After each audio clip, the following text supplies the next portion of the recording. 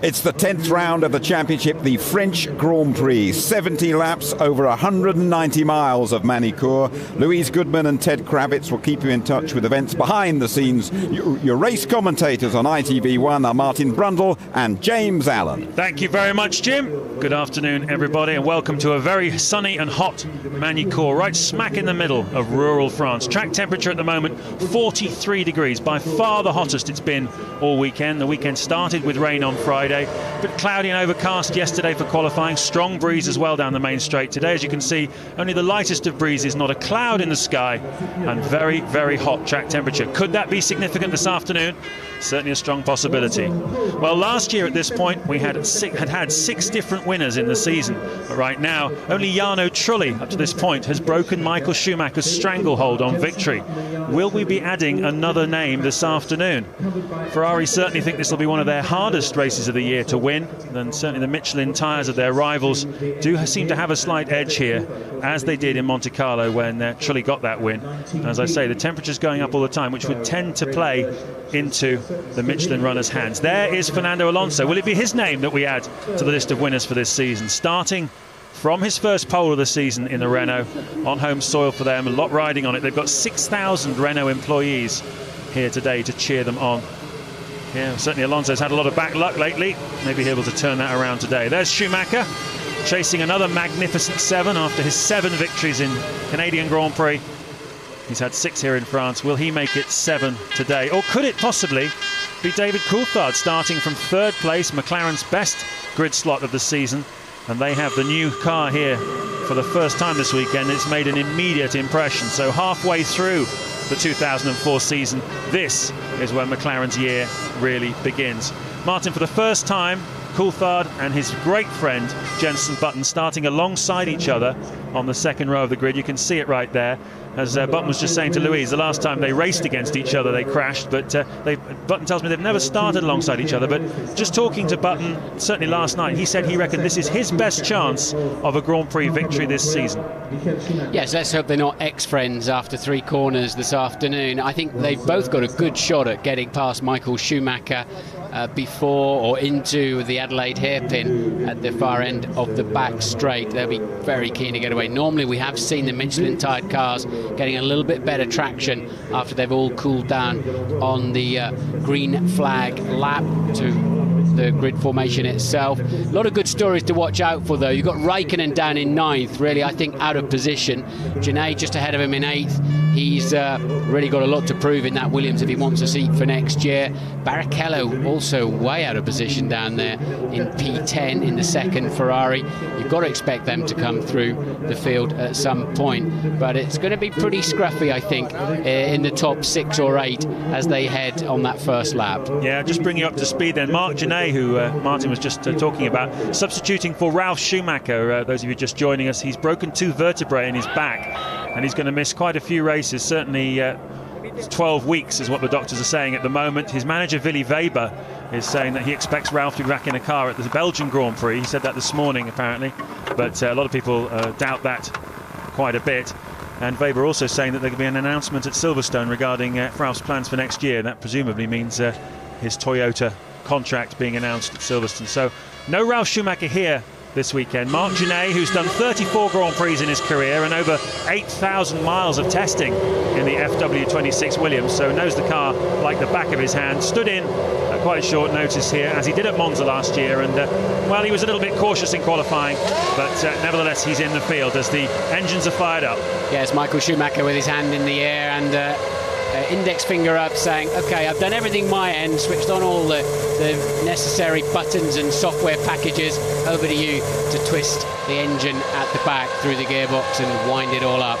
Not always the most simple thing, as we found out in Indianapolis, where poor old Juan Montoya found his car wouldn't start, the lance wouldn't go in the back, and that said about a catalogue of things which culminated in him being disqualified for not getting off the grid quick enough. That moment of focus, as always, for Michael Schumacher. We've really enjoyed meeting the team with Ferrari this weekend. Tremendous access, and that wonderful interview Jim did with Michael Schumacher there, very revealing about the inner workings of his mind.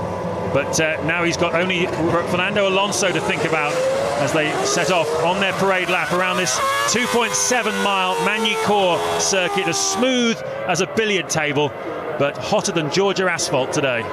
Do you remember when Michael Schumacher bolted from second place on the grid and passed Damon Hill at Silverstone and later took a penalty for it for being out of position on the warm-up lap? He's now necessarily had to let Alonso back through again. They are really allowed to get away as they need to.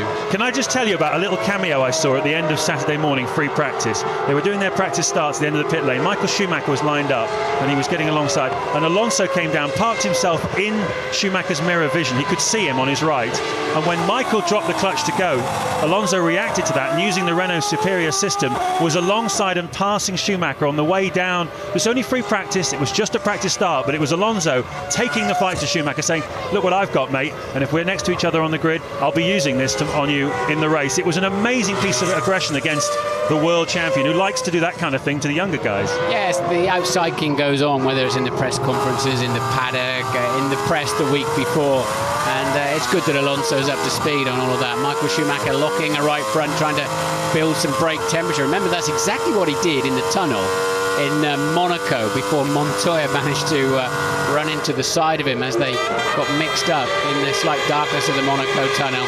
But it's so easy, especially at low speed, when you haven't got the aerodynamic downforce pressing the contact patch onto the road. The brakes are so powerful, they will just snatch front and rear in these conditions. The grid very close for this afternoon's Grand Prix. Takuma Sato down in 7th place, just half a second away from pole position, and a 10th separating P2 and P5 on the grid. So the lap times so far have been very, very closely matched. That tyre situation I mentioned before, just levelling the playing field a little bit this weekend. And for me, there's any one of about 4 or 5 men could win this afternoon's Grand Prix.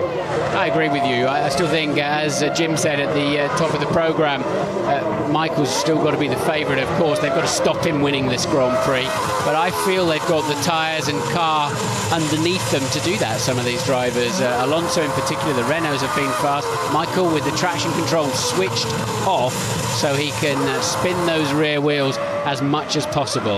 And he's got to remember to put it back on again. Yeah, they rely on it pretty heavily. Just watching out on the track during free practice. Amazing how much traction control that Ferrari uses.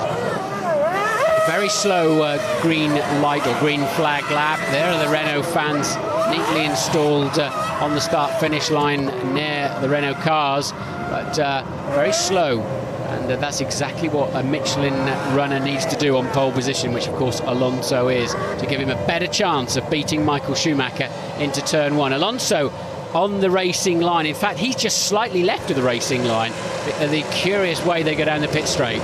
Keep an eye on Trulli in the second Renault as well. Both Renaults start well. Let's go racing at Magny-Cours in France. One of the Saubers takes a jink. Look at Button coming through. That Trulli alongside Button. Looks like he's going to pass him on the inside. Everyone looks like they got safely away. It's Alonso, Michael Schumacher, then Trulli up to 3rd place. Button down into 4th. Montoya up there in the mix as well. Where is David Coulthard in all of this? He's behind Jenson Button. So not a great start for Coulthard or Button. And as I say, watch out for Trulli, and he's gone and lived up to expectations. Both Renaults away very, very well then, as you say. Trulli again, a Button remaining 4th. Coulthard dropping down to 5th. Montoya 6th. Raikkonen straight up to P7 then already. Sato Barrichello 9th. Genet 10th. A poor start from the Williams end of Genet. Webber 11th. D'Amata 12th.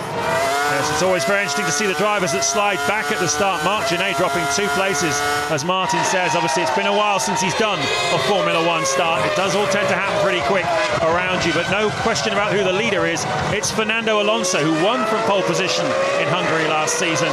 On that occasion, he was trying to beat Michael Schumacher, who had all kinds of problems on the day and wasn't able to fight him.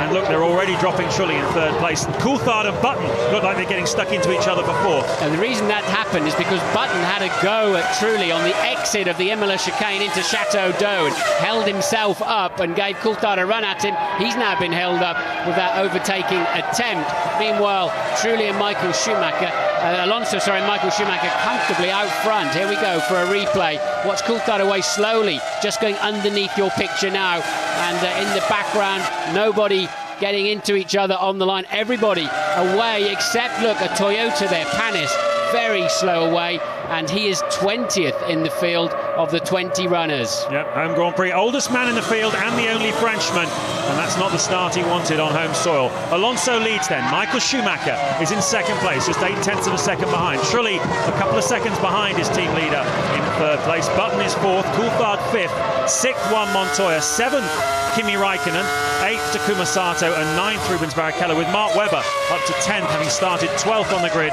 in the Jaguar. Marc Gené down to 11th. Now I think behind, Trulli just got to settle down now, otherwise he's going to lose these front two, and he's shaking off Button by about 0.6 of a second. But if he wants to play, I think, up at the front, he now needs to establish himself back somewhere within spitting distance of Michael Schumacher. There, the front runners are expecting to make 3 scheduled stops this afternoon. Yeah, we're expecting the first ones to come in around about lap 12, 13 possibly. Some of them have a little bit more fuel. They might go to 17 or 18. Certainly lap 18 to 20 last year was when we saw most of the first stops, but everyone's being a bit more aggressive this year. Just look at the advantage. Trulli on the right-hand side there. Now alongside Button, up into third place he goes. What an advantage that start system of the Renault is. Here we are on board with Trulli. Well, it means they can afford to run more fuel during qualifying, knowing they're going to take a couple of rows, or 1 row at least, and sometimes 2 before they get down to the first corner. Remember, Trulli it was, wasn't it, at the Spanish Grand Prix, had an amazing start from 5th on the grid to be having a look at the lead. Alonso then, fastest man on the track last time around by a fraction from Michael Schumacher. His lead, 1.2 seconds. He knows how to stay in the lead of a Grand Prix, though, doesn't he? We've seen him very calm in the head before now. Certainly seems very calm. Let's see what it looks like on board with Michael Schumacher coming down the hill then. Of course, the revised final corner sequence here in Magny-Cours used to be a really amazing corner, the Lycée. Now they've straightened it out and put this rather aggressive chicane in with curbs which have caught drivers out this weekend. Giancarlo Fisichella in the Sauber found his suspension breaking as he attacked those curbs a little bit too viciously. Across the line then to complete the third lap. Michael Schumacher is the fastest man on the course at the moment. His last lap, a 1:16.3, and this is quite a pace, Martin, they're going at. It's an amazing pace. The lap records are 15.5. Of course, they still have a lot of fuel on board, and it is hot. This is a track that gives up a lot of grip with temperature. We've seen it over the years, and luckily it works the other way around as well, but it really is a circuit, of course, with Parc Fermé conditions, a lot less track time than they're used to because of the rain so far this weekend. A lot of these cars will not be in optimum setup, optimum conditions, James, so the drivers will be trying to do anything they can inside the car with differential programs, and then also talking to the crew if they want to have some front wing changes at their first pit stop. Well, the French TV director enjoying the moment of a French car, Renault leading the French Grand Prix. Behind all of this was a tremendous scrap for 6th, 7th and 8th places between Montoya in the Williams, Raikkonen in the McLaren and Takuma Sato in the VAR. Those three absolutely together on the racetrack, and also Rubens Barrichello joining in that scrap as well, so hopefully we'll see about that. I wonder whether Montoya is actually holding them up. No, he's not. His pace is pretty strong. He's lapping in the low 1:17s. The leader's lapping in the low 1:16s, and that's a pass there between Heidfeld, it looks like, and Panis going around the outside. Yeah, that'll be down at Adelaide hairpin. Panis will have had a good run down the straight, tried to go around the outside, didn't make it stick, so he remains in 18th. He's passed the two Minardis, but he's 18th and trying to pass 17th place man Heidfeld. Alonso's lead now up to 1.4 seconds. That's looking handy. Yeah, took a couple of tenths of a second that lap out of Michael Schumacher. Here we are riding on board with the world champion. This is what it feels like to drive a 900 horsepower Ferrari around Magny-Cours. Let's listen to it. Oh well, let's not. That's one heck of a chicane, that one. The Imola chicane, the second fast chicane on the lap, taken at over 130 miles an hour. And honestly, if you get down there is a grandstand on the outside. If you fancy coming down to the French Grand Prix sometime, I would recommend you to sit there because the view is quite extraordinary as the cars change direction through there. So working lap 5, Alonso leading Michael Schumacher, looking pretty composed at the front. Trulli third, Button fourth, Coulthard fifth, and Montoya at the moment in 6th.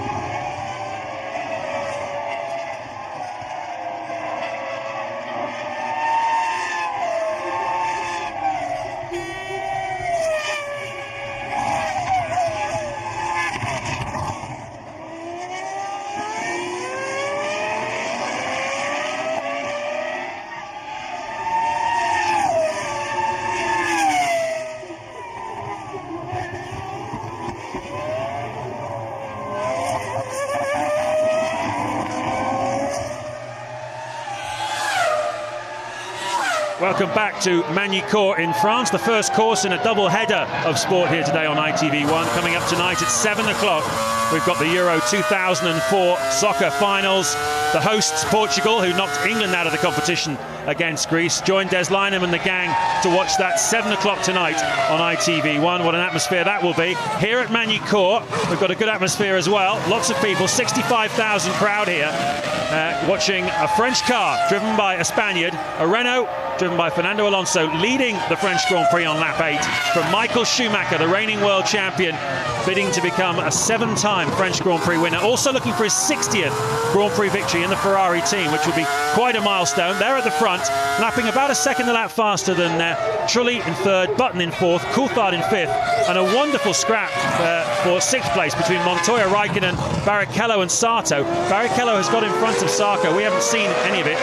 French directors enjoying looking at Alonso at the moment, but believe me, Barrichello has got ahead of Sato, and he's now into 8th place. Sato down to 9th, and Webber still in 10th place. Yes, this is brilliant punch and counter punch between Alonso and Michael Schumacher. They're matching each other 10th for 10th until that lap, and Michael's just put in a new fastest 1:15.761. You can see it at the bottom of your screen now. Michael Schumacher much faster through the first sector of each and every lap too. So Alonso beginning to get a little bit untidy on the curbs, James, a touch ragged, and Michael menacingly now sitting there. 16 seconds separate the top 10 at the moment. Webber in the Jaguar is 10th. He's passed Genet too, but these two at the front are in a league of their own. They really are, aren't they? Trulli lapping high 1:16s. His colleague Alonso low 1:16s. Schumacher low 1:15s. One wonders whether Martin Trulli and Button are carrying slightly more fuel than Alonso and Michael Schumacher. Certainly Button felt last night that he had the most fuel on board of any of the top 4 runners. But I've been told that Trulli and Alonso are doing a similar strategy, in which case it just seems to be Alonso's day. Certainly this is Alonso's stint of the race. Anyway, he's much faster at the moment than Jarno Trulli, who is now 6 seconds behind the race leader. Look at Michael Schumacher, though, getting closer all the time.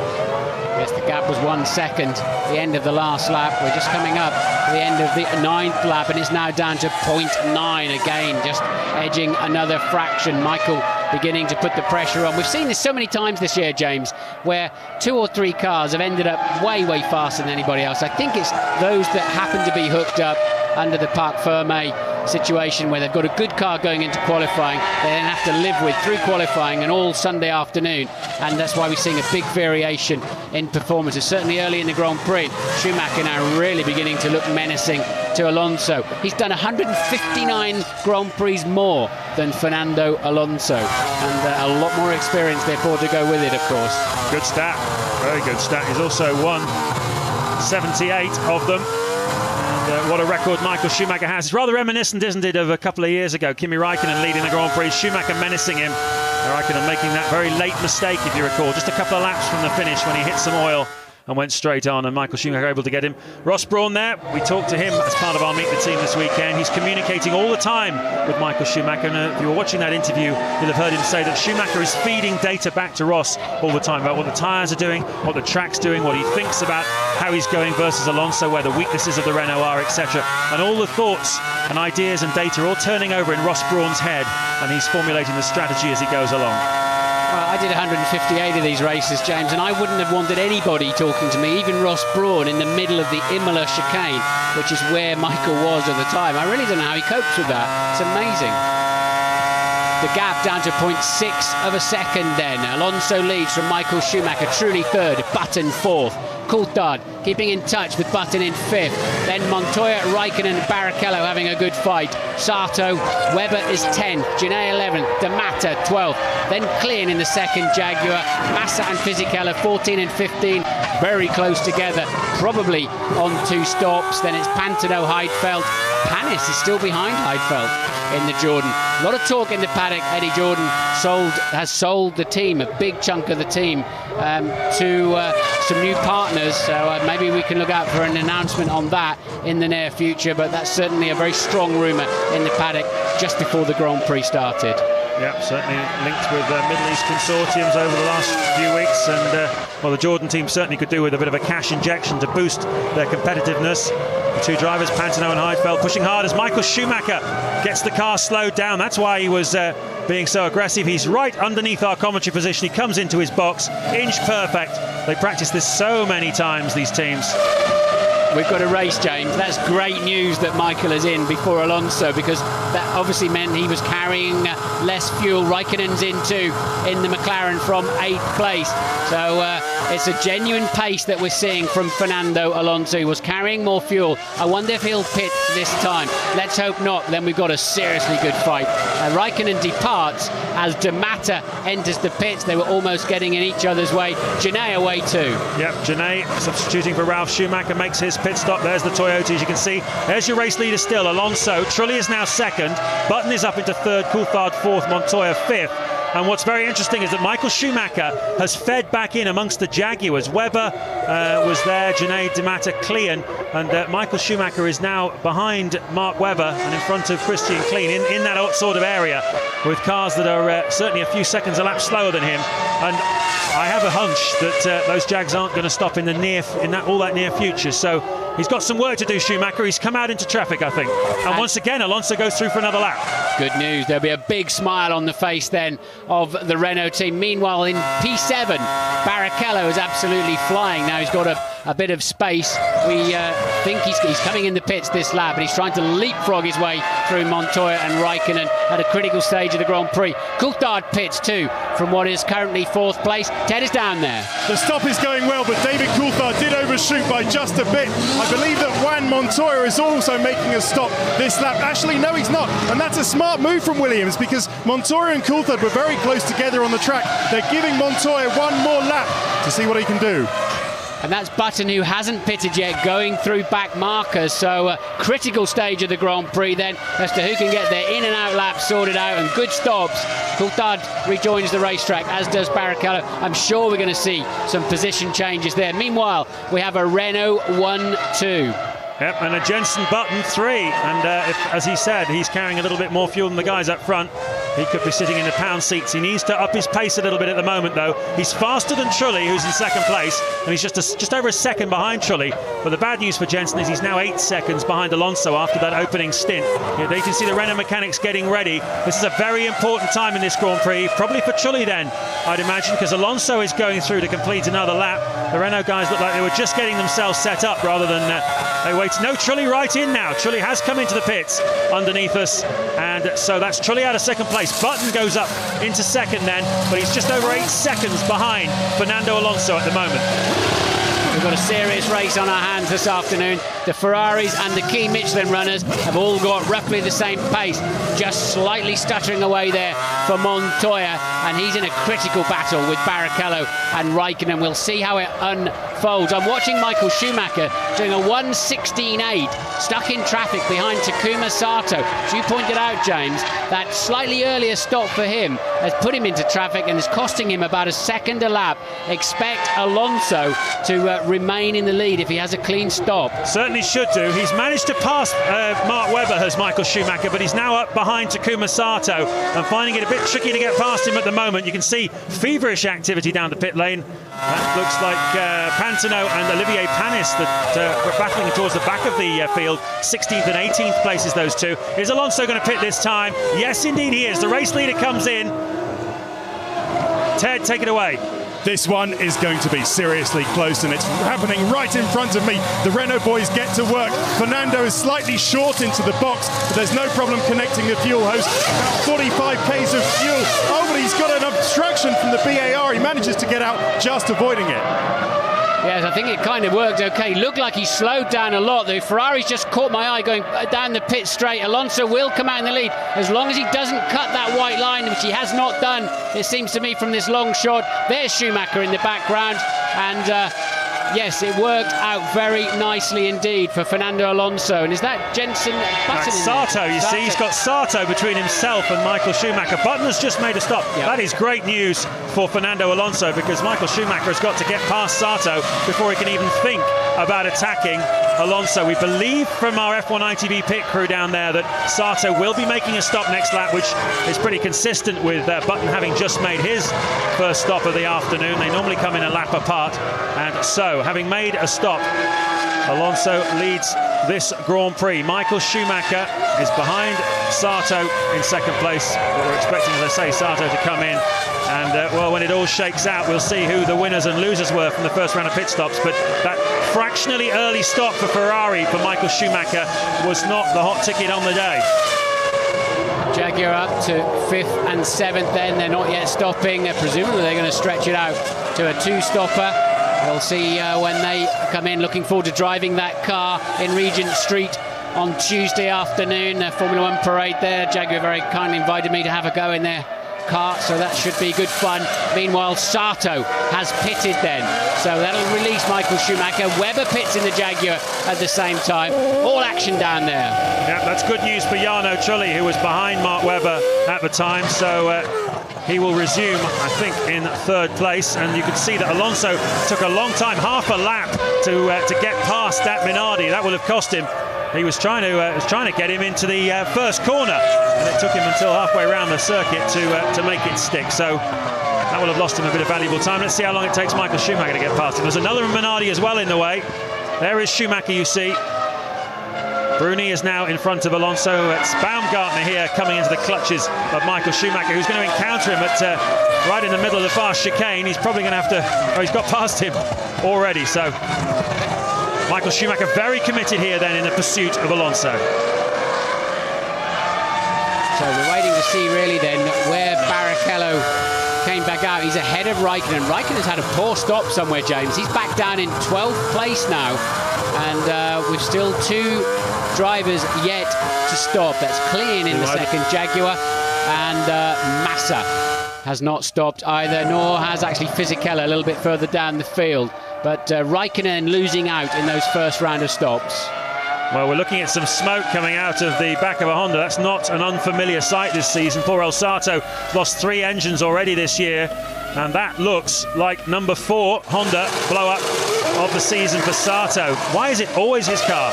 Very, very strange. The Honda engineers have no idea either. It's nothing to do with the way he drives it, they believe.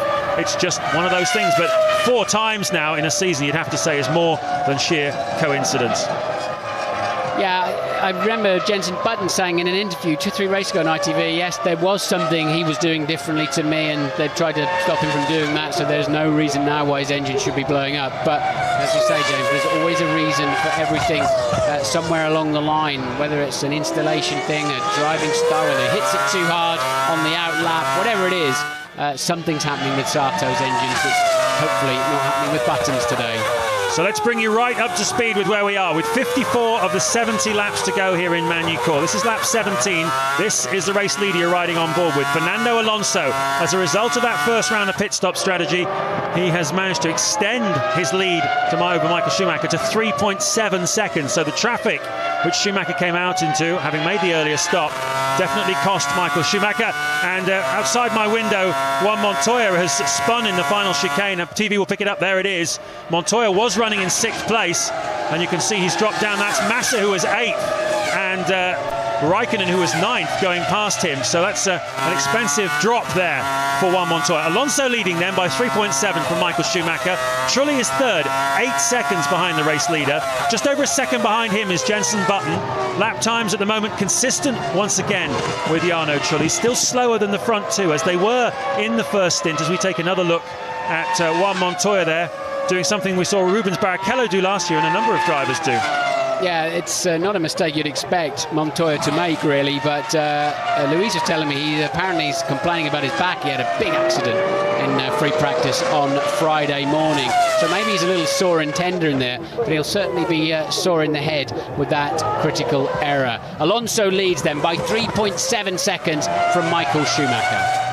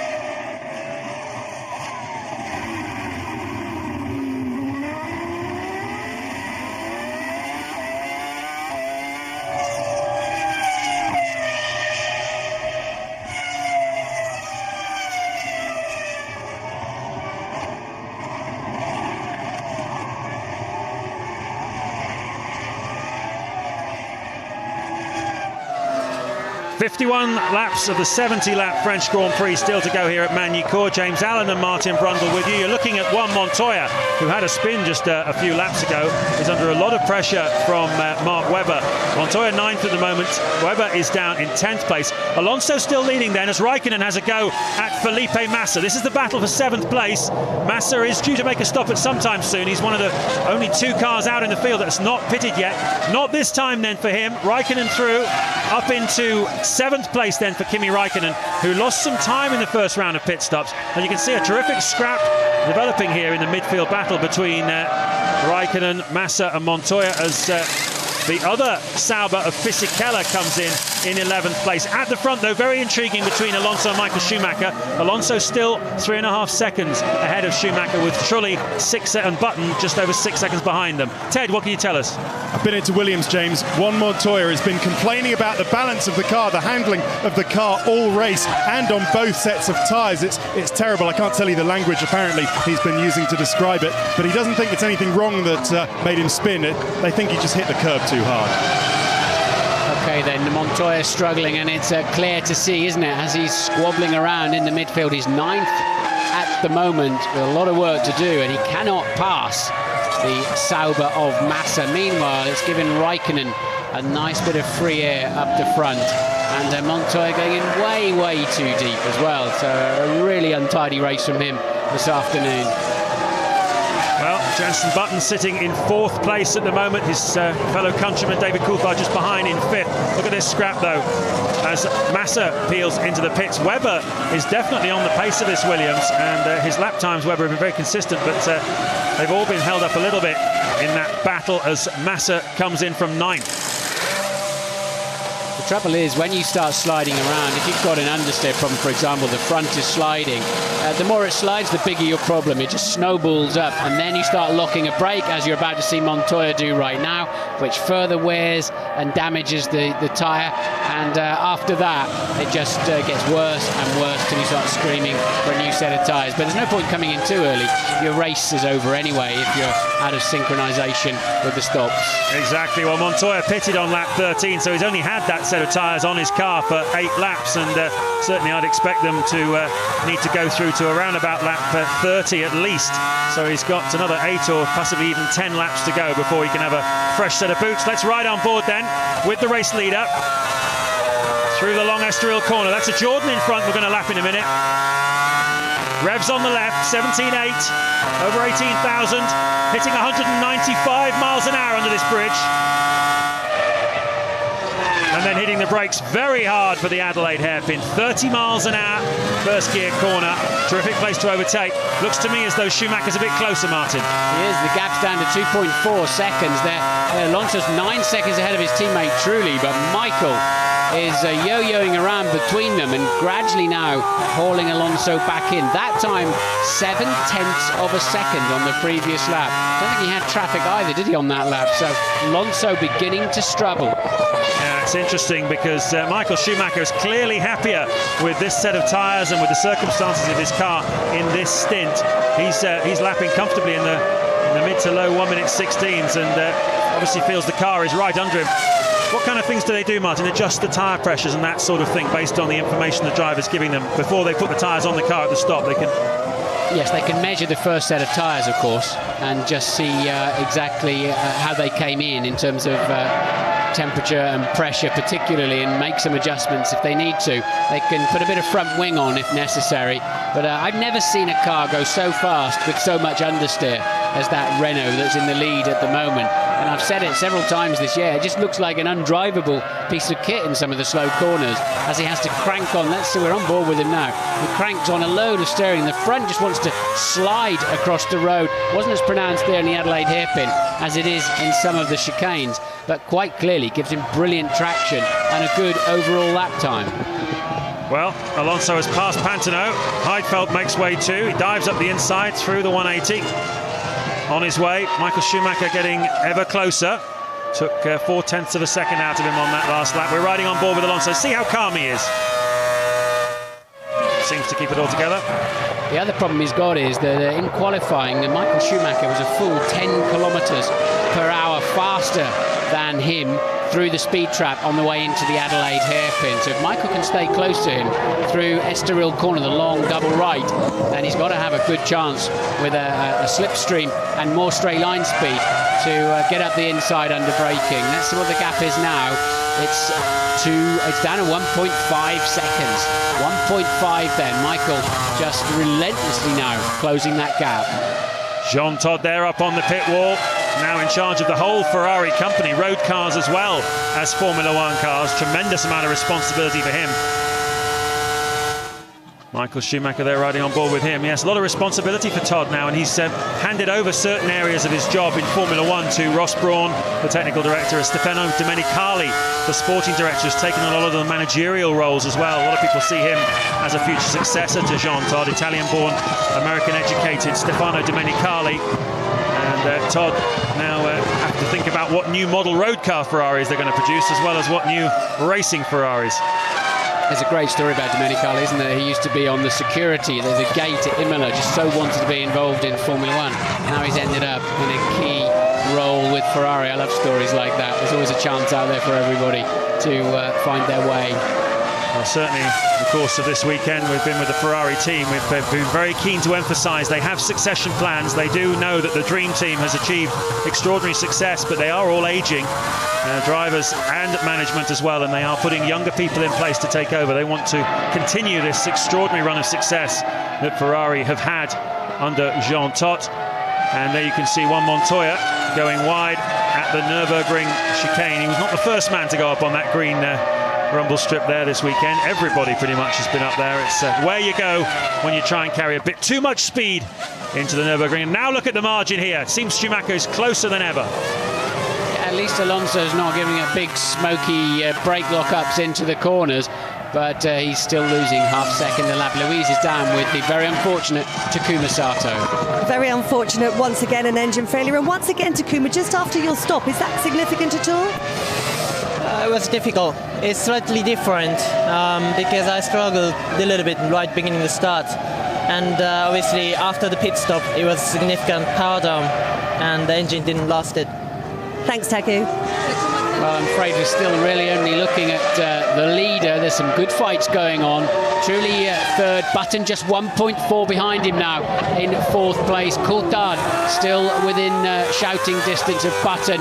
Barrichello, though, in sixth place, homing in on the back of David Coulthard. Both Ferraris out there very quick at the moment. Raikkonen 7th, Montoya with his untidy race 8th, and Webber 9th, Genet 10th. What's going on out on the racetrack? Michael Schumacher badly held up behind the Toyota. Yep, came across him in the Lycée corner. We're now almost at the end of the first sector, and he still hasn't been able to get past him. Obviously, he'll get him onto the Adelaide, but there weren't too many opportunities for Panis without backing right out of it to let Schumacher through. So that's cost him a little bit, but it doesn't seem to have cost him too much. It's the first part of the lap where the Ferrari seems to have the edge. The second two sectors where the Renault is stronger, exactly as we saw in qualifying.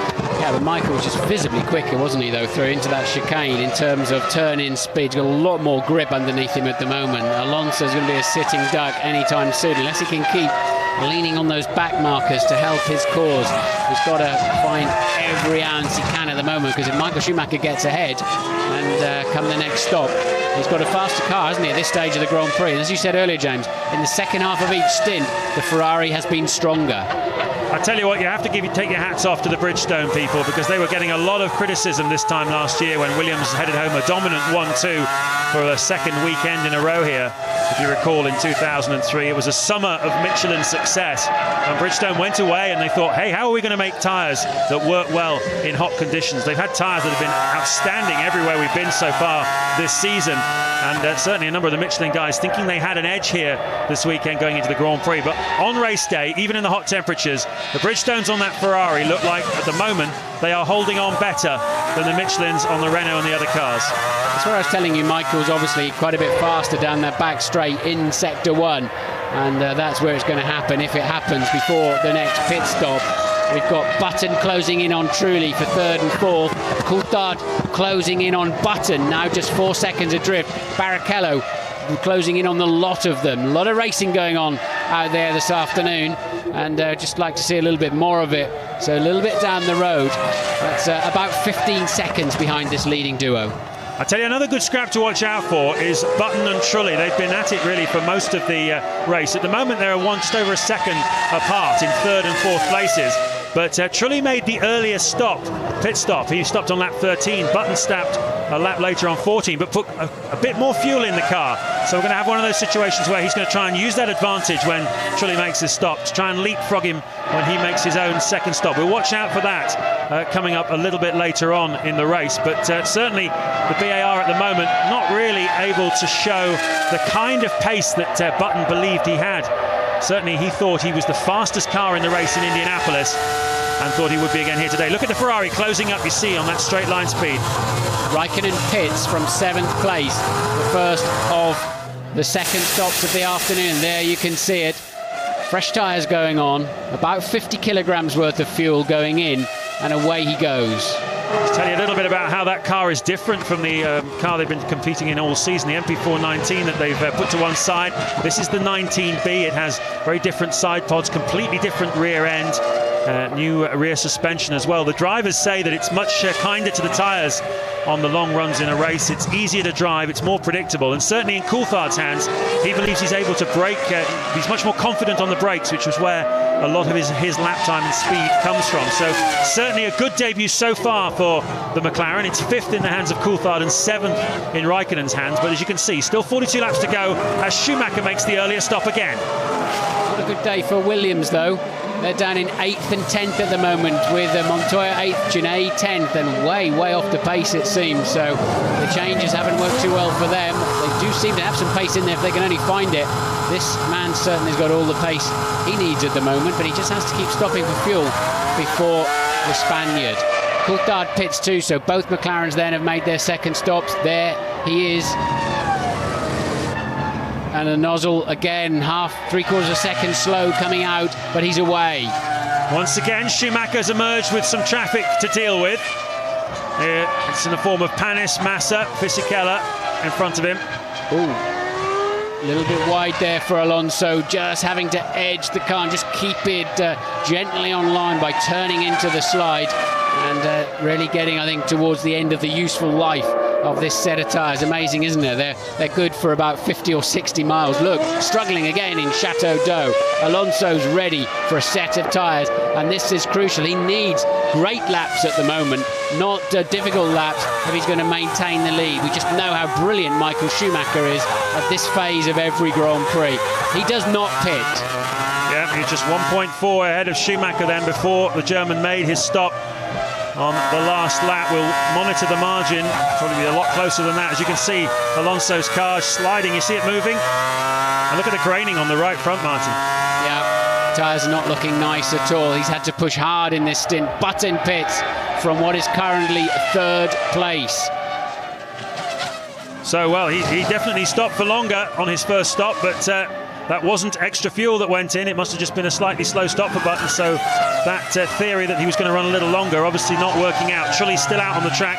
Button has made a second stop, so that will not be happening. Ted, what can you tell us?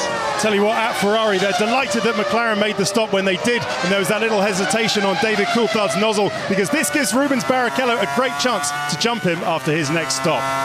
Yeah, we'll keep an eye on Barrichello's times. It was a 1:16.5, which is pretty handy, if not spectacular, last time around. And again, a bundle of understeer on the way into the corner, the back end stepping out under power.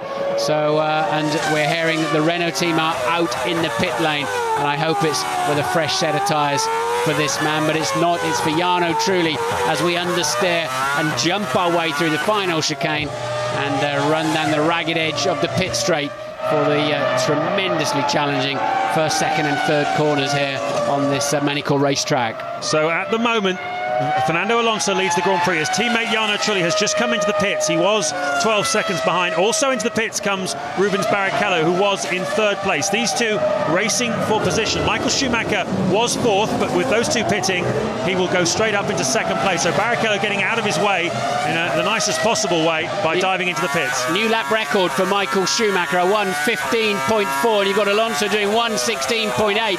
That's already enough to negate the lead that he had. So Schumacher Schumacher absolutely blisteringly fast at this stage. Montoya away after his second stop. Surely Michael Schumacher has got enough now to come out in front of Alonso. Alonso launches the car into the Imola chicane, just throws it at the corner. But he's in at the end of this lap. We're hearing from the F1 ITV pit crew, and you wonder why they didn't bring him in a couple of 3 laps ago, James. You'd have to say that, because his lap times have been in the high 1:16s, and Schumacher, with a new fuel load, new tyres, has made it work. As you said, a 1:15.4 his last lap, and that should give him the lead over Alonso as the race leader comes into the pits. And we're expecting Michael Schumacher to come down the hill any time now and take the lead away for the first time in this Grand Prix from Renault. They're going to work as fast as they can, as fast as they can. It's a fantastic stop, but it won't be enough because Schumacher's blasting down the pit straight, and Alonso will see him in a moment. There he goes, disappearing into the first corner. There is Michael Schumacher. He is the new race leader, and well, Alonso stayed out a couple of laps and it didn't work for him. That last lap of Schumacher's a 1:15.3, the fastest lap of the Grand Prix so far. Exactly when he needed it, Schumacher found the speed, and that is why Schumacher is Michael Schumacher, and it's why he's a 6 times world champion. Yeah, and a new lap record to go with it then, and well, he just pulls it out when he has to, doesn't he? It's just too easy for him. He's just got speed to spare, and he looked a bit ragged in the first sector of the race, and once again he's gone a bit deep into 180, but he's done enough, hasn't he? It's Alonso struggling on the old tyres, grained right front, lacking in traction, and Michael just punished him. Well, it was 32 laps before the Ferrari hit the front, 32 of the 70. So Renault certainly took the fight to Ferrari here this afternoon. It's certainly not over yet either. We've got 38 laps to go. An awful lot can happen here at Magny-Cours, and who knows, Alonso might love this set of tyres that he's got on at the moment. And we'll find out exactly what the margin is. It looks about 3 or 4 seconds to me, Martin, as they cross the line. Here they go. Yes, it's 3 seconds exactly, Michael Schumacher to Alonso. Then we're waiting to see where Jarno Trulli is in 3rd place, how far behind, as Olivier Panis makes his second stop of the afternoon. Trulli is 15 seconds then behind race leader Michael Schumacher, with Button right on his tail, as he has been throughout the Grand Prix. Barrichello now just 2 seconds behind Jenson Button, with Mark Webber pitting from 6th in the Jaguar, and that promotes Coulthard up to 6th. Yes, it does. But an important part of what you just said, James, is Barrichello did, in fact, leapfrog David Coulthard during those second stops, as we predicted. So Michael Schumacher, as we see the Minardi of Baumgartner in the gravel trap. Michael Schumacher leads by 3 seconds from Alonso. Jarno Trulli 3rd, Jenson Button 4th, Barrichello 5th. Webber was 6th, but he just pitted, so up to 6th will come David Coulthard.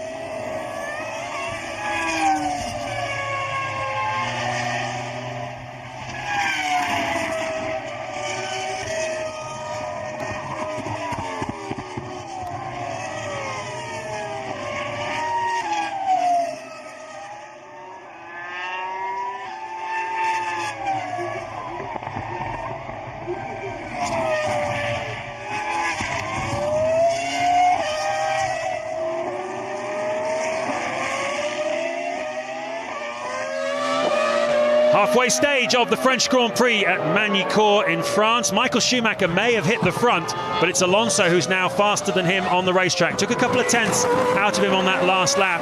Jarno Trulli is third, with Jenson Button fourth, Rubens Barrichello fifth, and David Coulthard sixth.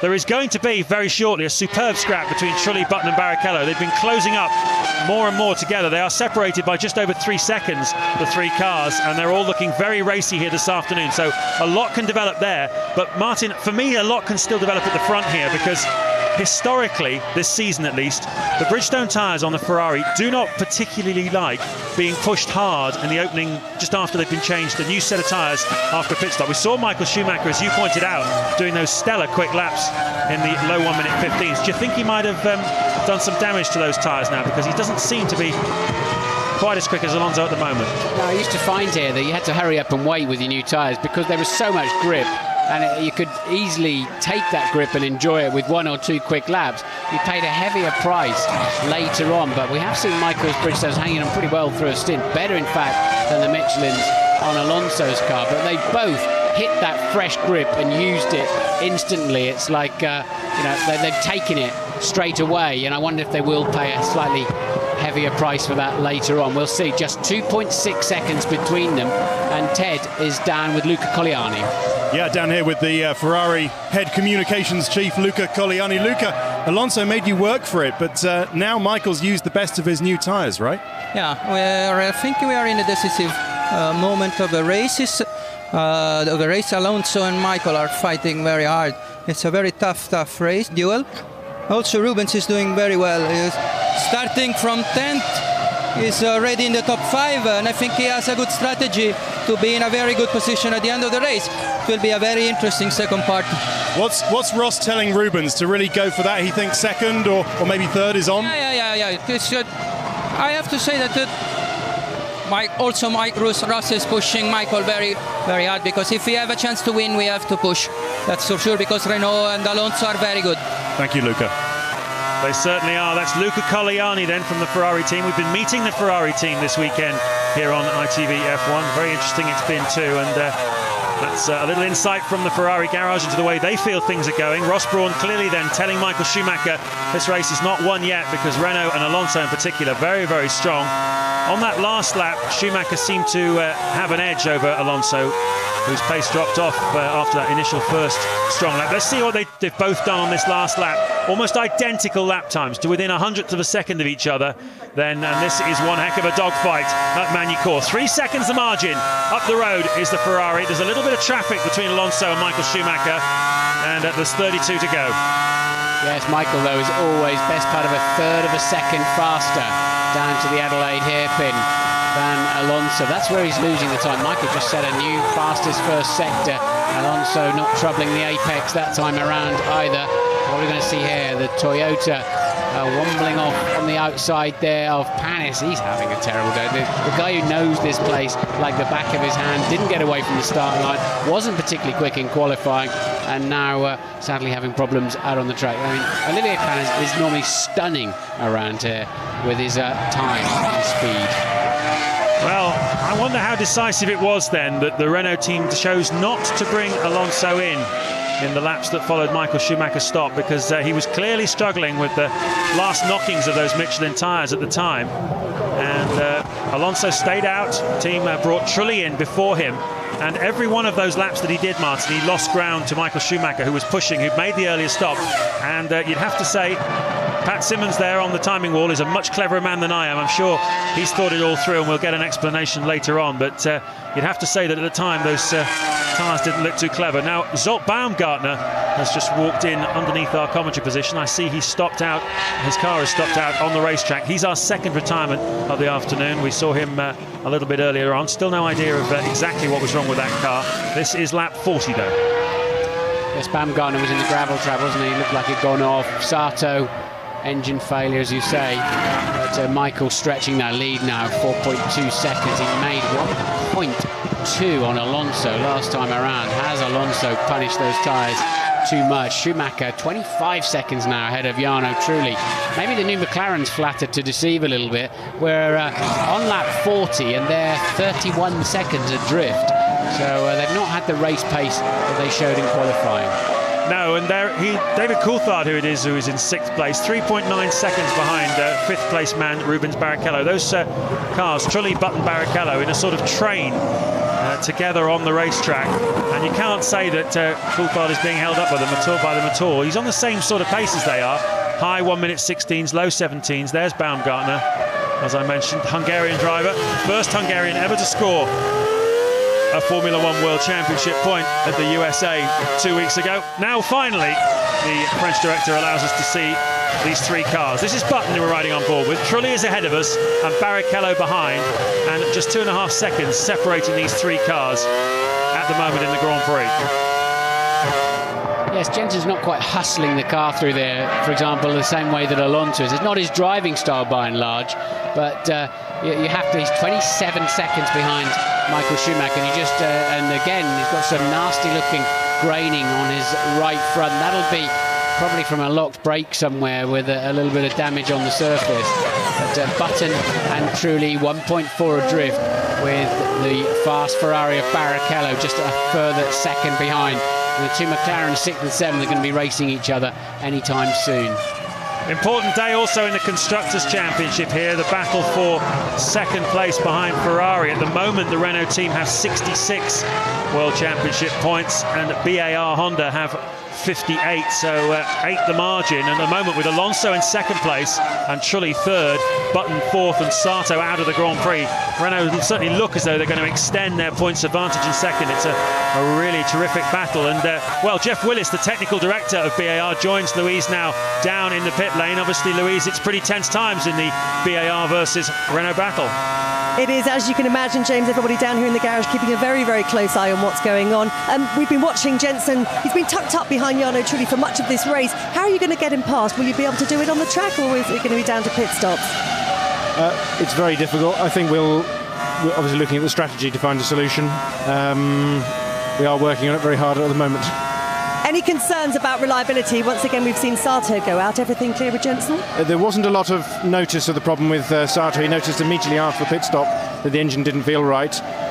There's no clues that we got any problems to worry about with Jensen, but obviously it's a concern. You've got a hard-charging Ferrari coming up behind you as well. Presumably that's got to come into a strategic mix. Yes, we have to look at a lot of cars at the moment. It's all quite close out there at the moment. Thanks, Jeff. And we're seeing the Ferrari pit crew out underneath our window here. Clearly, who's been stopping first of those? It's Michael Pitts then. Michael Schumacher Pitts. So that was a short stint, James. It was indeed a very short stint indeed. Have lost a wheel nut somewhere, have they? No, it was a good stop. It was just something that deceived the eye. 6.5 seconds. That's a fantastic stop by the Ferrari pit crew. Michael Schumacher rejoining. Hopefully this time, for his sake, he won't have too much traffic. Just a Toyota there flashing through the frame to worry him in the near future. But well, he had 4.9 seconds over Alonso, so a comfortable margin. Well, they obviously short-fueled him. That's why he ended up just so far ahead of Alonso. He was 1.4 down before the last pit stops. Ended up 3 ahead, but we know he was doing quick lap times, but they clearly short-fueled him, James, to get race track position and to be able to control this Grand Prix. You always want to try and control it from the front, and that's what they've done with Michael Schumacher, but that was a very short stint. It was indeed. They must be pretty confident on the tyres then, because they're sending him out for a 28-lap final stint. Or no, they can't be. 6 seconds of fuel. He must be stopping again a 4th time. That'd be a surprise. Be amazing if he's on a 4-stopper, but if not, as you say, it's a long way to go. Well, 28 laps. There's no way you can do that with 6 seconds worth of fuel. I mean, 6 seconds of fuel is something in the region of about 45 kilos. That will only get him 18, 19 laps. Yep. So, very strange then. I wonder if there was a problem creeping in there, and because that is well early for Michael Schumacher to be making his 3rd stop. But Alonso leads then. Certainly does. Michael Schumacher 11 seconds behind. You need about 18 or 19 in your pocket to be able to pit and rejoin. Alonso then on the attack once again, putting another lap on Felipe Massa. 12th place in the Sauber. There's been a good scrap between the two Saubers all afternoon. Massa started out in front. Fisichella got past him in the pit stops. Now Massa is back in front again. Really are tremendous battle for honour in that team. We don't see them very often on television, least of all battling each other, but believe me, they are really having a go, and Alonso feels that he could perhaps have led him through a little earlier. Well, Alonso, it's very interesting, Martin. We saw at the Spanish Grand Prix. You remember those people from his region of Spain, the northeast corner called Asturias, northwest corner, Asturias. They have that blue flag with the cross on it. Out on the track yesterday morning, there were thousands of people with those flags. He's obviously now got his own little equivalent of Schumi's Barmy Army that's starting to travel now. We've never seen that before in Formula One. It's Spanish fans travelling to overseas Grand Prix. It's certainly a trend that Alonso will want to encourage. It is, but he's got to stop shaking his fist. The other driver probably can't see because he can't look over the side very well. Certainly doesn't care. Otherwise he wouldn't got in the way in the first place. And for sure Alonso would then have lost a good half second under braking because he would have not attacked Adelaide in the same way he would normally do. And that half second may win in the Grand Prix this afternoon the way it's shaping up. So there is just no point. It's an understandable reaction though. Well, it's funny enough, it's exactly half a second what it cost him. Looking at the timing computer, he was 11 seconds ahead of Michael Schumacher, and he's dropped a second from that point to the same point a lap later. So, as you say, waving your fist doesn't pay, either on the roads or on the racetracks. That then is the top 8 at the moment. Disappointing showing for Montoya. The McLarens, they'll look at this and say, well, 6th and 7th. But half a minute down on the race leaders. But nevertheless, it's good to see McLaren back in business. Both Coulthard and Raikkonen are lapping faster than Barrichello ahead of them at the moment. So it's not all over yet for them either. Coulthard just 3 seconds behind the Ferrari of Barrichello, who is currently in 5th place. We're right on board again with Alonso. Traffic coming up through the fast first curve. 165 miles an hour they carry through there. Bit of a slow-mo replay for you to see the contact patches bouncing around. In fact, that's one of his lower flights this afternoon, isn't it? That particular one. Alonso's lead, 10.3 seconds then. We believe they've all got to pit one more time then, and the Jordan nicely out of the way. And Louise has tracked down Zsolt Baumgartner. Yeah, no points this weekend, Zsolt. What went wrong for you? Yeah, I did a small mistake in turn 3, and that's why I couldn't finish the race, and I stopped in the gravel. It was so far quite good from the start. I had a very good start, and I had pushed my teammate very hard, so it was a good race and a good pace from my side. I'm a bit upset from the failure, but I hope next time I don't do this and get finish the race again. Thanks, Zsolt. Let's hope he doesn't do that in Piccadilly Circus on Tuesday afternoon. But Baumgartner then out of the race. 2 retirements still. His spin he just told you about, Sato's engine problem we saw much earlier on. 18 runners. Renault in the pits of Alonso.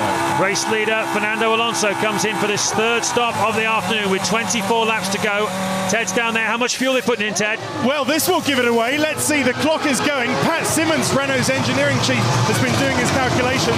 Now that looks like that's 8 seconds. He does not have to stop again. They're in with a really good chance here, guys. He doesn't. Michael Schumacher was 8.7 behind at the time when he came in, so he's comfortably going to retake the lead. And Schumacher will have approximately 9 or 10 seconds in his pocket then, but he's got to make enough of an advantage to be able to pit again to make his 4th, I believe, stop of the afternoon. It's certainly not all over yet, Martin. No, it's not. I wonder if that was totally intentional, such a short 13-lap stint between stops. It did give him track position. He was pulling some stunning lap times. I wonder if that was totally intentional, whether they didn't get quite enough fuel in at one of the stops, something like that. But Michael Schumacher got the drive of his life then, if he wants to win this one this afternoon. If we're right, he's got to come in again. And if we're not right, I don't understand how they've got enough fuel in it.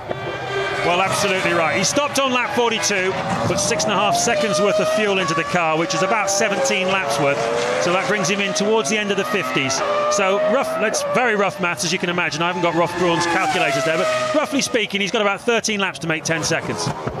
That's the challenge in front of Michael Schumacher, with Alonso having just made a stop. Schumacher has been in and out, he's been 5 laps now out on these tyres, and he's lapping in the high 1 minute 15. So we'll be watching the lap times like a hawk, watching to see what Alonso can do. What's the margin at the moment then, as Alonso goes across the start-finish line? 11.5 seconds. Yeah, it'll be a very short stop for Michael as well. It's a short pit lane.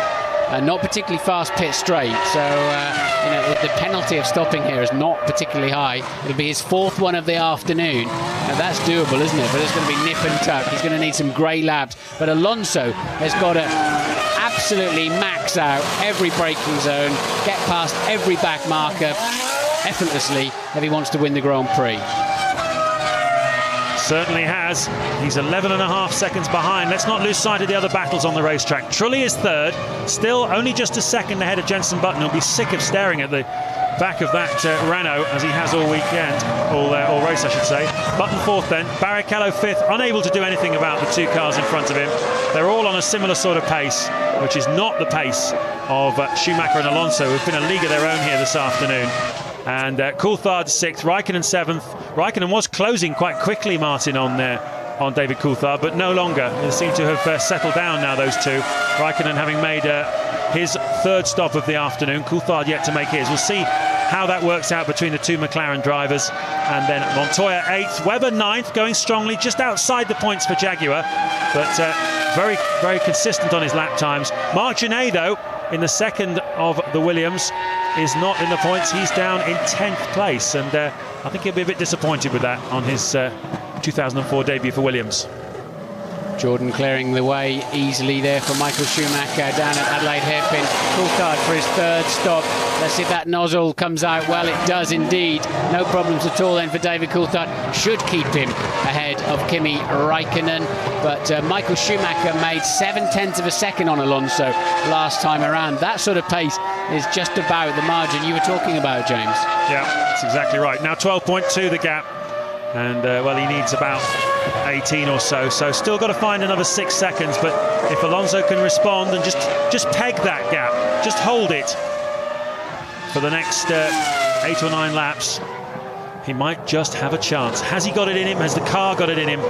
Or is Michael Schumacher going to prove just too strong on the afternoon? We're expecting Trulli and Button in on this lap too. They're currently third and fourth, just 1.5 seconds apart. Button's going to be fed up with this sight of the rear wing of Jarno Trulli's Renault by the end of the afternoon. I wonder if they can do anything about it in the pit stop. Trulli pits and Button carries on. Button up into third then, because Trulli has come into the pits. Mechanics go to work. Fueling him to the end of the Grand Prix. That was his third stop. On board then with the new third place man, Jenson Button, chasing his 7th podium of the 2004 season, giving that Honda maximum bananas down the main straight. Almost 200 miles an hour they hit before they get on the brakes for that Adelaide hairpin. You can see behind the BAR there is Rubens Barrichello, closer than he has been for some time. And the BAR team, strangely enough, have gone back into the garage. Whether they were playing tactics with Renault, I don't know. Williams are coming out, but Barrichello is now just a few tenths behind Jenson Button. You'll see him in the background there. So Button under pressure too. So he's looking both ways down the track at the moment. He's hopefully trying to get past Jarno Trulli's Renault, but Barrichello, we know, he's got a very fast car underneath him. They're both lapping, let's see, 1 minute 16.3. Good pace. Well, Button pitted a lap earlier than Trulli last time round, but he put more fuel in. So this is a longer stint for Jenson Button.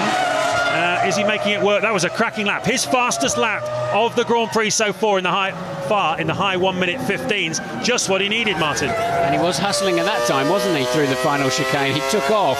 So Jenson, knowing this is a pivotal moment, Trulli's made his stop, but Barrichello's threatening him, and somehow he's got to pull out some stellar laps. Oh no, he's got downshift, back end got away from him slightly. That'll cost him half second.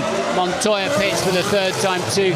He was in 6th place, but Button then really on the ragged edge, trying to squeeze a few more tenths out of this BAR Honda. Certainly is. Well, we saw Coulthard coming out of the pits just before. He did rejoin in front of Raikkonen, but behind Mark Webber. However, the Jaguar has only stopped twice this afternoon, so I don't know whether he has to stop again. I would imagine he does, with 20 laps still to go here. So that will drop Mark Webber out of the points, unless he's on some sort of extraordinary strategy.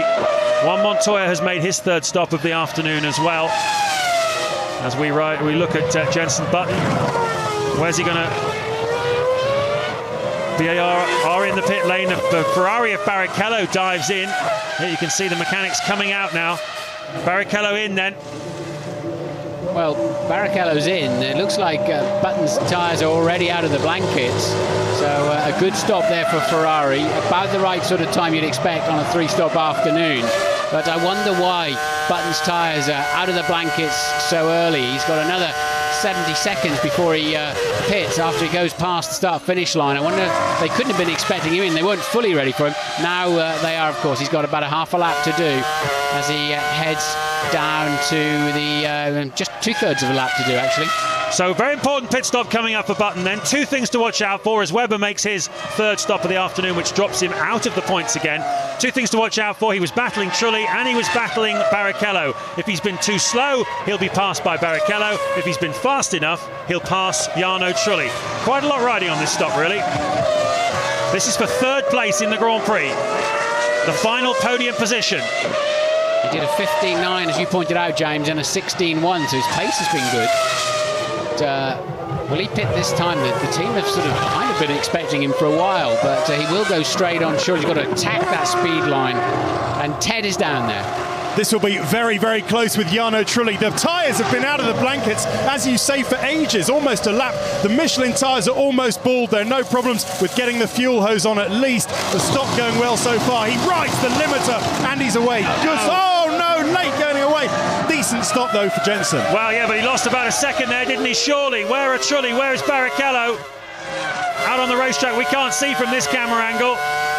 There's Trulli, so he's not managed to pass Trulli, but can he use these new tyres now when they're at their most effective? There's Barrichello right behind him, the 3 of them side by side. Barrichello goes to make the pass on Button. Can he make it stick? Button not able to get up to speed fast enough to attack Trulli, and Rubens Barrichello takes that 4th position away from Button, but he's fighting back on the outside. No, he can't make it stick. And look how close he came to glory, and look where he ended up. He could have been 3rd, he's now 5th. Yeah, I don't know. I think he'd have been side by side with Trulli into Estoril corner. But look, he tries to hang on round the outside. But all you're going to do there is lose your right front wheel on that one. The car in front is always going to squeeze you off the racetrack. Jenson Button then now sadly not even able to steer directly at the rear wing of Jarno Trulli. So a very costly moment there for Button. Car 19 under investigation. Giorgio Pantano. No, it's not. Beg your pardon. Yes, it is. Giorgio Pantano in the Jordan under investigation. Not quite sure what that's about. Quite often that means speeding in a pit lane in Formula 1. We'll find out soon. Well, Martin, that stuttery restart from the pit stop certainly cost Jenson Button there, didn't he? He lost a drive-through time penalty, yes, for speeding in the pit lane for Pantano. Look at him, though. He's coming around to try and attack Rubens Barrichello. Same place where Barrichello got him. There is a straight-line speed advantage both these cars have over the Renault we're looking back from now. That of Jarno Trulli. And Button unable to use that first lap bite of the tyres to gain track position. But how much did that cost him, that slow getaway from the pit stop? That was a second, wasn't it? Something like that, but it would have made the difference, certainly with Barrichello. And maybe he would have been in the slipstream of Trulli rather than being under pressure.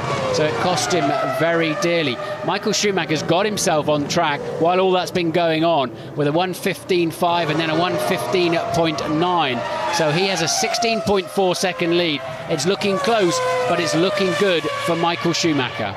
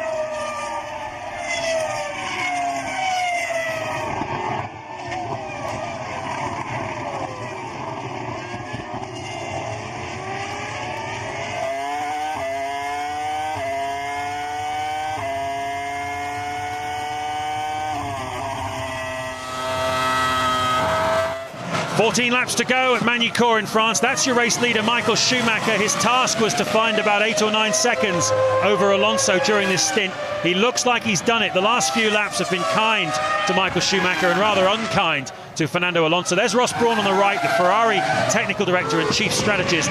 He's the one that sent Michael Schumacher out on the quest, we believe, of stopping 4 times here this afternoon.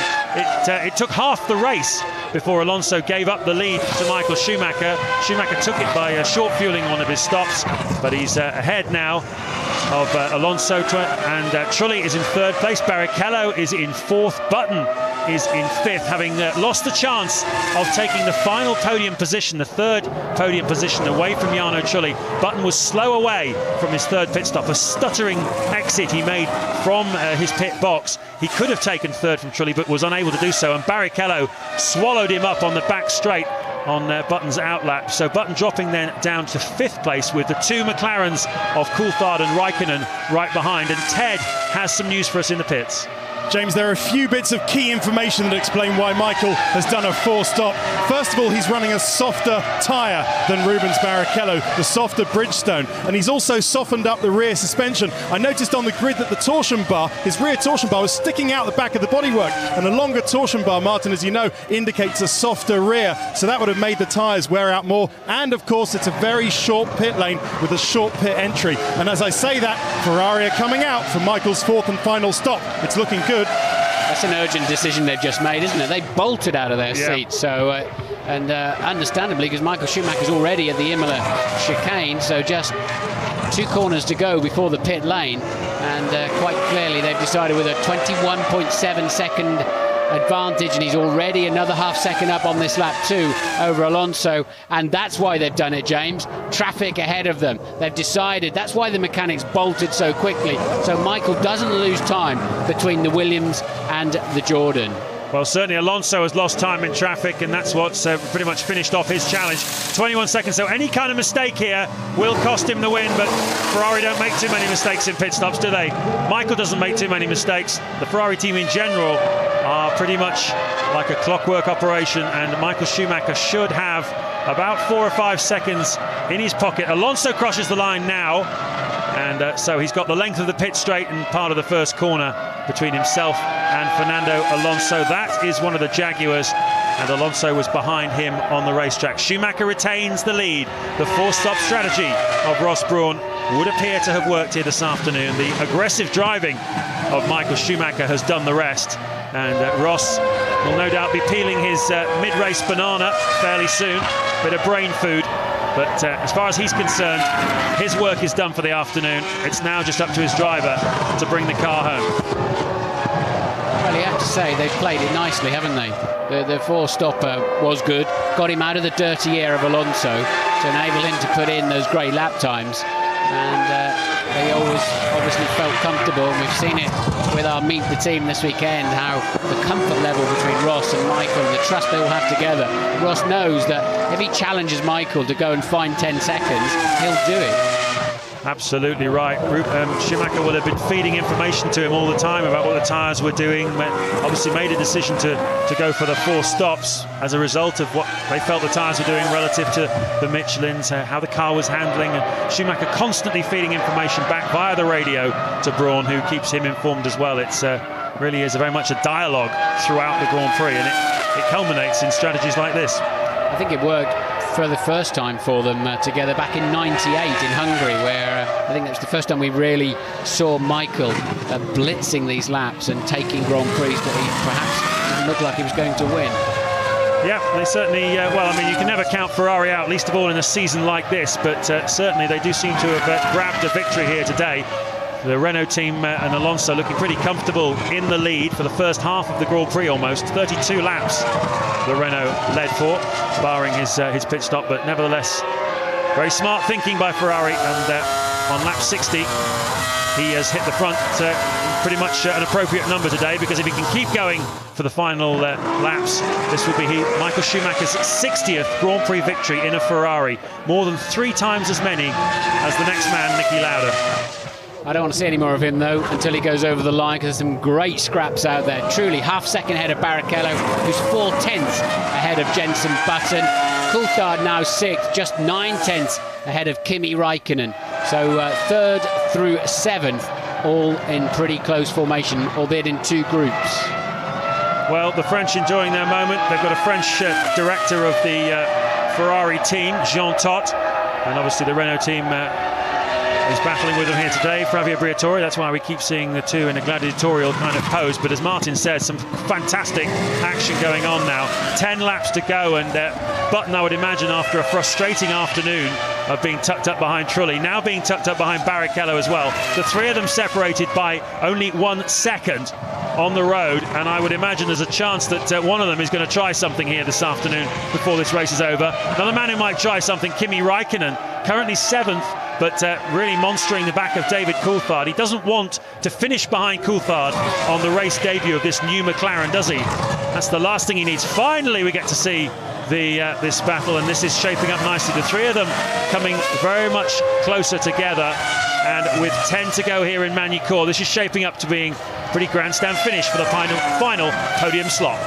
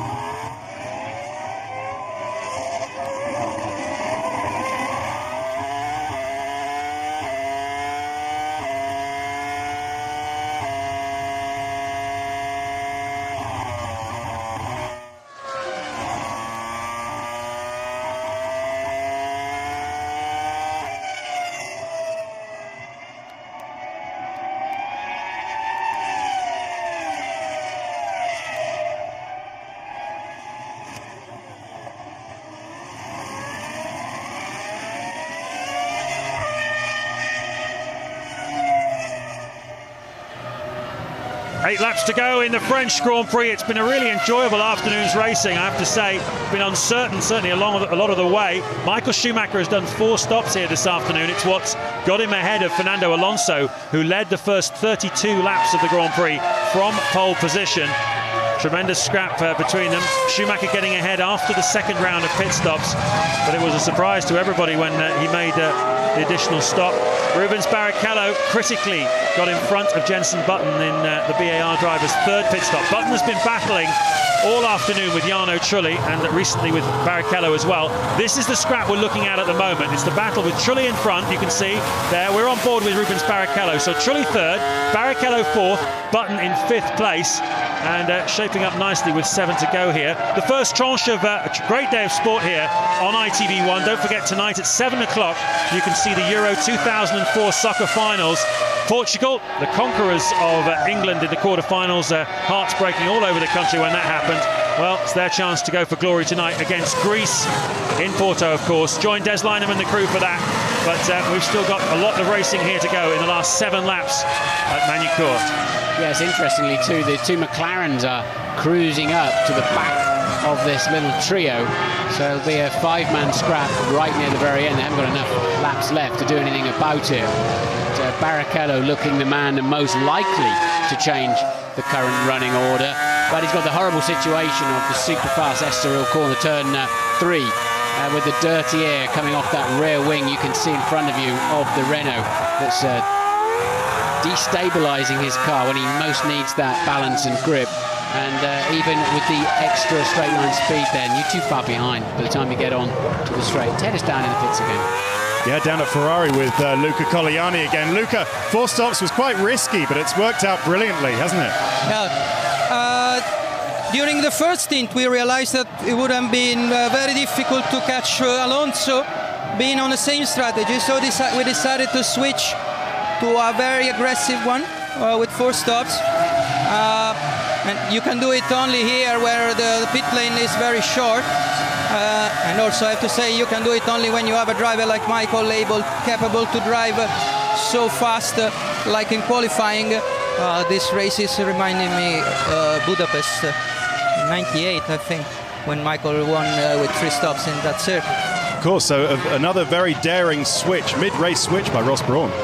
Yeah, it was a very risky move, but we want to win, and this shows that Ferrari always want to win, even though we are in a very good position in the championships. We always want to win, we always want to push, and it seems that this is going to be a reward for us. What can Rubens do in the car, very briefly, to try and get Trulli? Yeah, just try and push as much as he can. Thank you, Luca. I tell you something, Martin, at the end of this Grand Prix, I expect Michael Schumacher, he's always happy when he wins a race. If he does follow through here and do the last 5 laps and win this Grand Prix, I expect him to be absolutely ecstatic, because this is the kind of challenge he really loves, isn't it? When Ross Brawn says to him, I need you to find me 8 or 9 seconds in 10 laps or something, and he just goes out and does it. 4 stops. I mean, only, as Luca Coliani said, there aren't many drivers that could have pulled off what Schumacher's done today. Yeah, they seem quite pleased with him, don't they? I suspect they'll put him in the car for Silverstone next week as well. But will they put Genet in the Williams? I think he's expecting a couple of races. How do you think he's done today? He's down in 10th. Interesting little situation there. Montoya 8th, who's leaving Williams. Webber 9th, who we think is going to Williams. And Genet, who's hoping to be Webber's teammate, amongst many others, is 10. But a lot of scrapping going on there, and we're coming into the silly zone anytime soon for some of those contracts. Well, we are indeed. They've all done a similar strategy here this afternoon of 3 stops. Genet started, Montoya started 6th on the grid. Genet was 8th, and Webber was 12th in a Jaguar. Now, the Williams have come here with a lot of updated parts, new floor, new this, that, and the other aerodynamically on the car. A lot of effort gone in by a lot of people back in Didcot to make this car go faster, make it more competitive. The Williams is in the Montoya car is 44 seconds behind the race leader Michael Schumacher, and he's got 2 McLarens in front of him, 1 BAR, 2 Ferraris and 2 Renaults. It's not at all what Williams would have wanted from this weekend, with new upgraded parts, virtually a new car in fact, certainly a lot of aero modifications. To answer your question, I mean, absolutely. Genet is 17 seconds behind Montoya on the road, which is not so bad, I guess, for a guy who's not done a lot of racing this year, but it's still 17 seconds. But the crucial thing, as you say, is he's being beaten by a Jaguar. Yeah, and we've seen Montoya off the road a few times as well, but nevertheless, Genet may have a specific problem. We'll find out, no doubt, in some of the post-race stuff. But Barrichello then locked in there behind Trulli. Trulli's mirrors have been fairly heavily used today, haven't they? So where's he going to do it? Is he going to do it? There's no way now until very near the end of the lap, and even then it'd have to be brave stuff. He's somehow got to get behind him through turn 3 at Estoril. That's his only chance. Well, you'd have to say, just judging by what you call the body language of the cars, he does look like he wants to try it, doesn't he, Rubens Barrichello? You remember Silverstone, almost 12 months ago now. We'll be there next week, won't we, for the British Grand Prix. How good was Rubens Barrichello on that day, passing everybody, left, right, over the top. Went round Kimi Räikkönen at Bridge Corner, I'll never forget that, and he looks like he wants to have a go today. This could be an important lap for Jarno Trulli. He's going to get slowed down in the super high speed stuff by the Sauber of Massa, and is he going to be close enough to him? No, he's not. Actually, Mas is far enough down the road. It's not going to compromise his exit speed. I wonder if it might just compromise Trulli off the corner and give Barrichello a better run. Look, we're going to edge up. You're with Barrichello looking at Jarno Trulli. And Trulli certainly not super fast at that point. He's got in very early into the corner. So Barrichello will try and duck round underneath him, but wasn't quite close enough. And the Sauber doing a good job of getting out of the way. Yeah, Fisichella didn't want any part of that. Certainly any accusations after the race that he affected the battle for the final podium position. He got right out of it, didn't he, in the hairpin. And these three absolutely together now with just 2 laps to go here in Magny-Cours. Michael Schumacher 10 seconds clear of Alonso in front. 24 seconds behind is the second Renault of Jarno Trulli. So comprehensive beating today by Alonso on Trulli as Barrichello runs a little bit wide there. Where's Jenson Button? Can he get a look up the inside? Was he close enough? No, sadly he wasn't, as Rubens really, I think, got a little bit caught out by how hard Jarno Trulli braked up there at Chateau d'Eau. The McLaren's now just 3 seconds behind this little group. You'll see him flashing around in the background. I reckon McLaren will be pretty pleased with this, you know. They might only be 6th and 7th, but they've been on the pace of Ferrari, BAR and Renault in front of them, which by McLaren standards is nothing to shout about, but by their standards of their 2004 season is definitely a significant improvement. So hats off to everyone at Woking that seems to have made some gains here, and hopefully a strong end to the season for the McLaren team. But we've got a strong end to the Grand Prix to look forward to here, because Barrichello looks to me like he really wants to have a go at Jarno Trulli. Yeah, Trulli, I think, is feeling a bit under pressure now.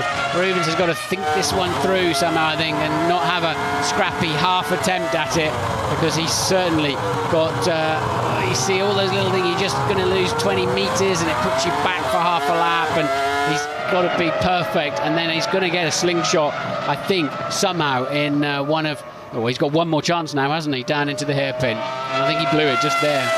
So both Renaults have challenged both Ferraris. Michael Schumacher has got the upper hand over Alonso, but Barrichello has not got the upper hand over Trulli in the other Renault-Ferrari battle. That's the story at the moment as we work the final lap, as Michael Schumacher is going to become a 7-time winner of the French Grand Prix. Another magnificent 7 for him to go with his achievement in Canada. And, well, what a day it's been for Michael Schumacher. What a challenge he was set by Ross Brawn. Go out there and find me some stunning laps, because I want you to make one more pit stop than everybody else here this afternoon. He and Alonso have been in a league of their own, the two of them. And Schumacher backing off, the air horns going. You can hear the Ferrari mechanics are all out on the wall, ready to salute home their hero. Michael Schumacher just got a couple of corners to go. He comes down the hill from Chateau d'Eau. He's done it so many times before. He clinched a world title here back in 2002 in record time. And now he's going to win his 7th French Grand Prix. What a tremendous victory for Michael Schumacher and the whole of the Ferrari team. Ross Brawn on the strategy. What a great win, because this was not an easy one. This one, Alonso and Renault really challenged them. Led the first 32 laps of the Grand Prix. Alonso finishes in 2nd place. Renault are happy because with 2nd and 3rd places, that gives them a little bit more of a cushion over BAR in the Constructors' Show. Oh, what am I talking about? In the final corner, Barrichello is going to get the final podium position. Well, finally the director cut to it. And he nicked it off him in the final, and he's very pleased with himself. And both Ferraris now have done both of the Renaults. How did Trulli let that happen? It was in 2 corners from home. We've got to see that. And now you should see the Ferrari mechanics on the field. They've just worked. They thought they were 1st and 4th. Now they're 1st and 3rd. 2 drivers on the podium. And it's all going off down there. It's right underneath our window. And Barrichello, with last of the late breakers, snatching a podium. Absolutely fantastic stuff. Michael Schumacher the winner here, then the podium coming up shortly.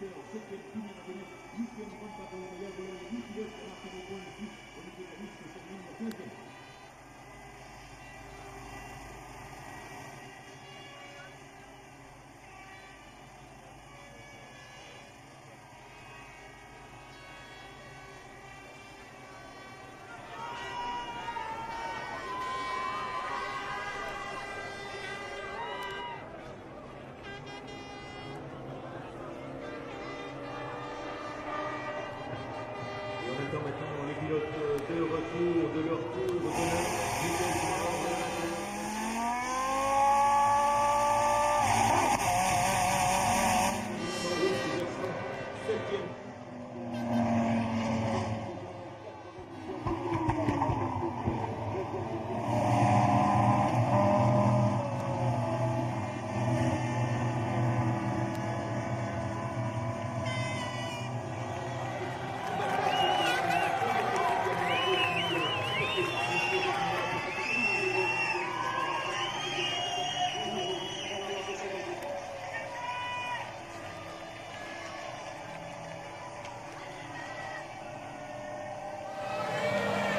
There's Michael Schumacher climbing out of the car, having won his 7th French Grand Prix, and I reckon, as I said before, he'll be really, really pleased about this one, because that was the kind of challenge that he really loves, and he loves to be given a fight, and Alonso gave him a fight, and well, what a terrific race, man. I have to say I really enjoyed that. It wasn't a great advert for Formula One in the sense that all the action really was revolved around the strategies and pit stops rather than racing on the track, right up until when Barrichello got Trulli in the final corner, but it was a good Formula One race. Yes, it was. We'll try and get a replay now of that if there's one out there, but if not, you'll see it in the post. There we go now. And Trulli is thinking about what he's going to say in the press conference. He's asleep, and Rubens came from way back with the last of the late breakers move. Look at this. Trulli should have easily covered that off and was sleeping, really not paying attention at all. And Rubens stealing the final spot on the podium. That's very opportunist. Well, there's Luca Baldessari. Rubens is happy.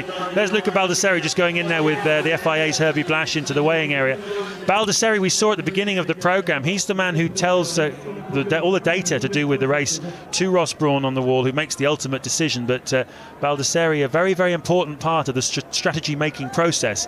And Ferrari do share out the spoils, don't they? They send different people up onto the podium, which is a nice touch. And today, because of that key strategy decision they made, it's Baldessari who gets to go up there. But Martin, I have to ask you who your driver of the day is. It's I mean, there's been some strong performances today.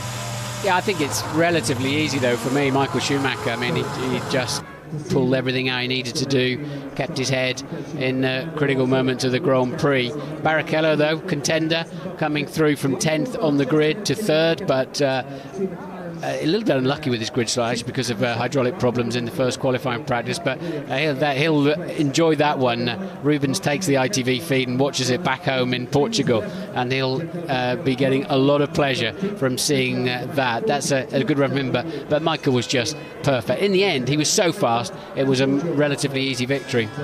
There's the Renault employees. They'll be happy in one sense that Alonso's second, a little bit glum that Trulli was not able to hold on to that final 3rd place. Good crowd here today. We're being told 70,000, which is about 10,000 more than they had here last year for the French Grand Prix. There was some doubt about this Grand Prix, if you remember, over the winter, but it did make it onto the calendar, part of a back-to-back sequence with the British Grand Prix next weekend at Silverstone. Martin, is that going to be a spectacular or what? I think it is. We've got Button on good form. It's good to see Coulthard back in the frame, his best drive, I think, really since Suzuka last year, and he'll be pleased to be ahead of he's outraced Raikkonen today. So the two Brits looking pretty strong, but not quite strong enough today. But they ended up just 4 seconds apart, from Barrichello in 3rd to Raikkonen in 7th, 4 seconds between them. So McLaren had a very strong final stint in the Grand Prix, actually. Certainly did. Out onto the podium comes the victor, Michael Schumacher.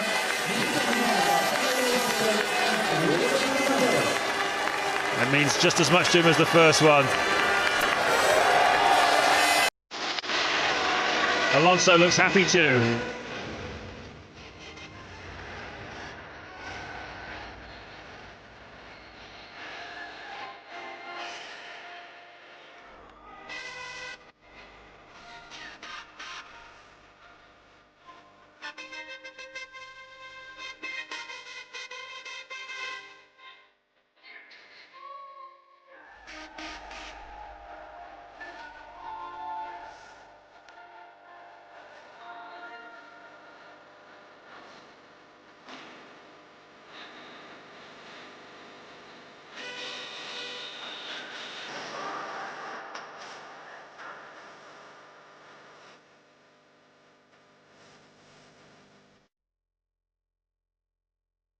Ninth win of the season for Michael Schumacher.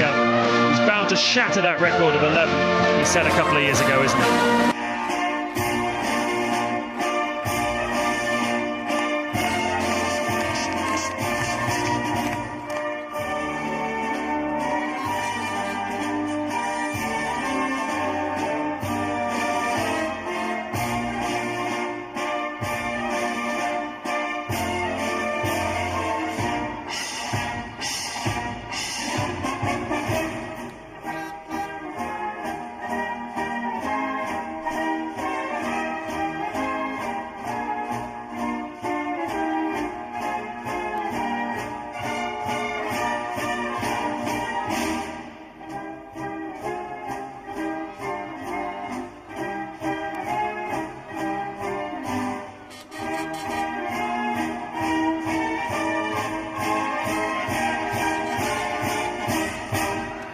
Congratulations. His 60th victory at the wheel of one of Enzo Ferrari's cars. We heard Niki Lauda early on saying that the old man lives on through his cars and through the racing. And Schumacher now has 7 of those in his collection. 7 times the winner of the French Grand Prix. And for the record, that's his 79th career victory. Luca Baldesseri then, another pot for the Ferrari collection. And Fernando Alonso looks pleased enough with himself after only his second podium, Martin, of the season so far. Yeah, from pole position too, and a great qualifying lap. Really attacked it and stole pole position too. And I thought he drove beautifully. Somehow just seemed to fade towards the end. Barrichello delighted to have snatched that 3rd place in the final corner of the Grand Prix. Well, we've very much enjoyed meeting the team this weekend with Ferrari, getting an insight behind the scenes into what makes them such a winning outfit. Michael Schumacher celebrates his magnificent 7. He is a winning machine. Indeed he is. Thank you very much, James. We will be right back with Mark Blundell's views. There's also an extensive preview to the Euro 2004 final from Lisbon. Bobby Robson, Terry Venables, Ali McCoist and Andy Townsend all talking to us. Germany are not involved. Their football-loving sporting hero, he remains their supreme winner.